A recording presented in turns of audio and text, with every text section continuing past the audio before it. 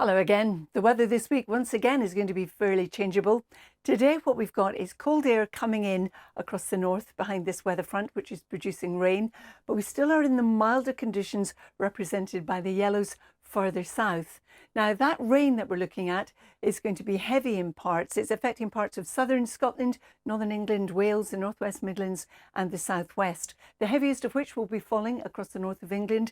We could have some sleet and snow in the hills of the southern uplands and also the hills of the north of England.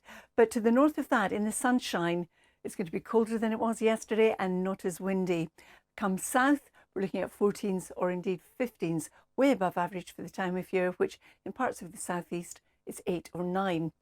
Through this evening and overnight, the rain continues to push steadily eastwards. Behind it, for England and for Wales, there'll be a lot of cloud, patchy light rain and drizzle. But for Scotland and for Northern Ireland, under clear skies, it's going to be a cold night. We could see -5 as our lowest temperature, with the risk of ice and some frost. We could actually also see some frost across parts of Northern England, but as we come south, no issues with frost at all.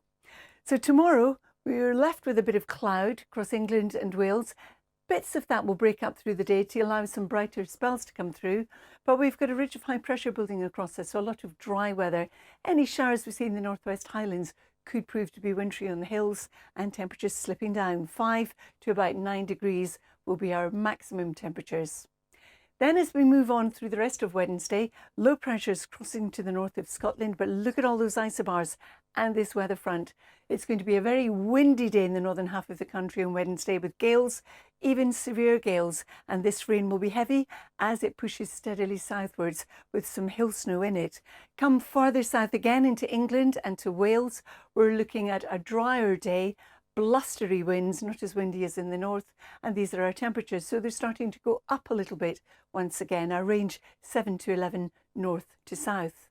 Beyond that, if we look at the outlook period, well, temperatures will be round about where they should be at this time of year. It will be wet and windy at times, especially so in Scotland. Further south, though, we're looking at something drier but windy at times.